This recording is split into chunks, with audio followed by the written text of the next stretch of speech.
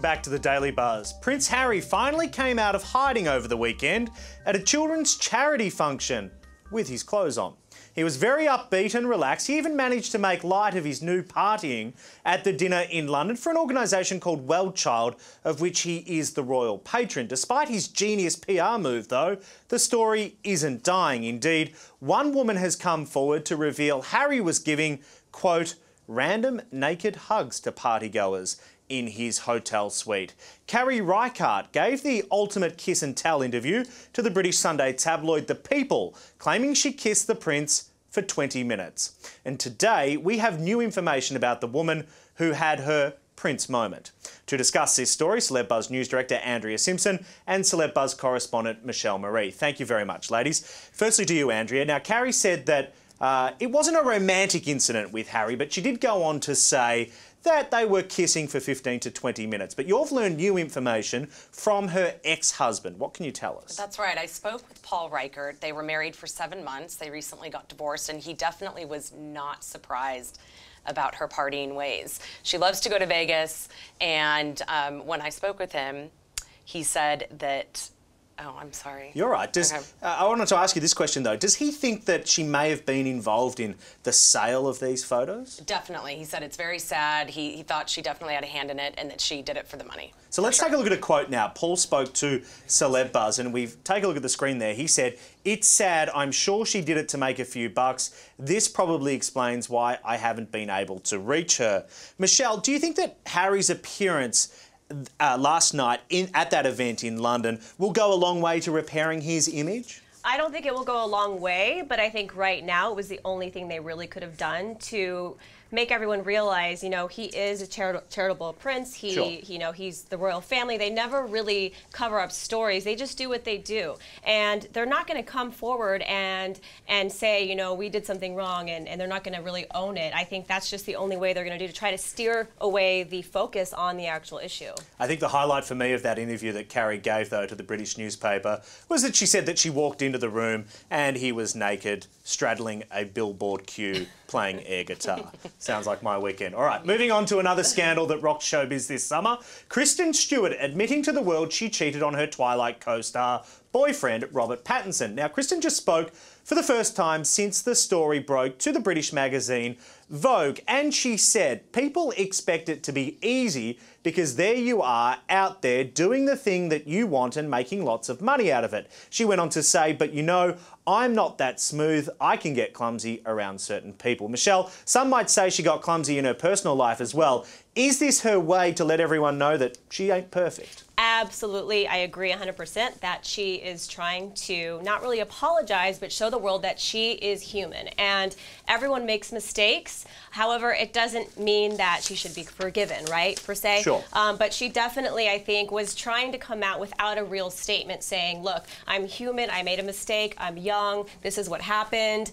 You know, I can't really go back on it, but this is what happened. And Andrea, we've heard from Robert, even though he didn't answer questions in that publicity tour for his latest film. We're expecting Kristen to appear at the Toronto International Film Festival. Do you think she will address this head on or not? I don't think she's going to address it head on. I think she's going to kind of, you know, sidestep around it a bit, but she's going to have to. I think she'll allow some questions, a lot like Rob did, but then kind of do it her own way. She's notoriously private, so she'll do it in her own way. All right. Now on to some breaking music news. The British boy band group One Direction was being sued by an American band by the body of the same name. In response, the band's creator, Simon Cowell, countersued, claiming the less famous One Directioners were leeching off the more famous group. But it looks like that has been settled out of court. Andrea, what can you tell us? Well, there was a band, it was an American pop-punk band also by the name of... Surely they weren't the real One Direction. No, they definitely were not. But they were not very pleased that One Direction has made a name for themselves here domestically in the States. So they did sue Simon Cowell for his entertainment company for $1 million. And it's been settled. And now the band will be known as Uncharted Shores, which is very interesting. Certainly not One Direction, is it? No. And of course, we're going to be seeing One Direction on the Video Music Awards coming up on Thursday night. I'm really very much looking forward to them. What do you think, Michelle? Do you like the name? I like the name. You like the Uncharted? Yeah, Uncharted Shores. It's better right. than One Direction ×2, right? We're good. All right, finally, both of you will remember Russell Crowe in Master and Commander, right? Well, take a look at the Australian actor photographed with 2 Coast Guard petty officers on Sunday. Can you believe this? They rescued him at sea. The Oscar-winning actor lost his way kayaking in the water off New York's Long Island and was picked up by a US Coast Guard boat and then had to be ferried to a nearby harbour. What's the lesson learned here, Michelle?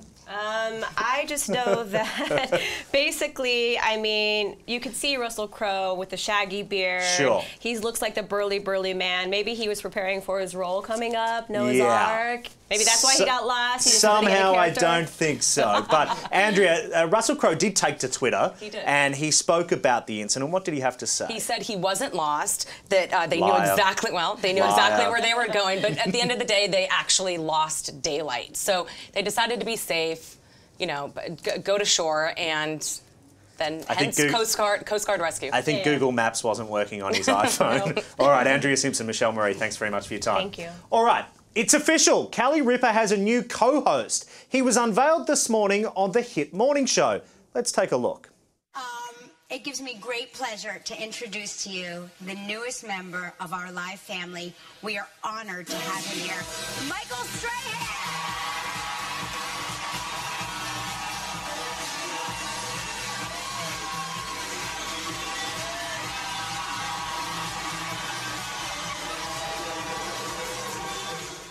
Let's bring in our social media tracker, Rachel Levy. Rachel, we asked our Facebook followers, do you love or hate Kelly's choice? What's the reaction? Well, Regis might be a little disappointed in this because everyone was really obsessed and happy with the decision.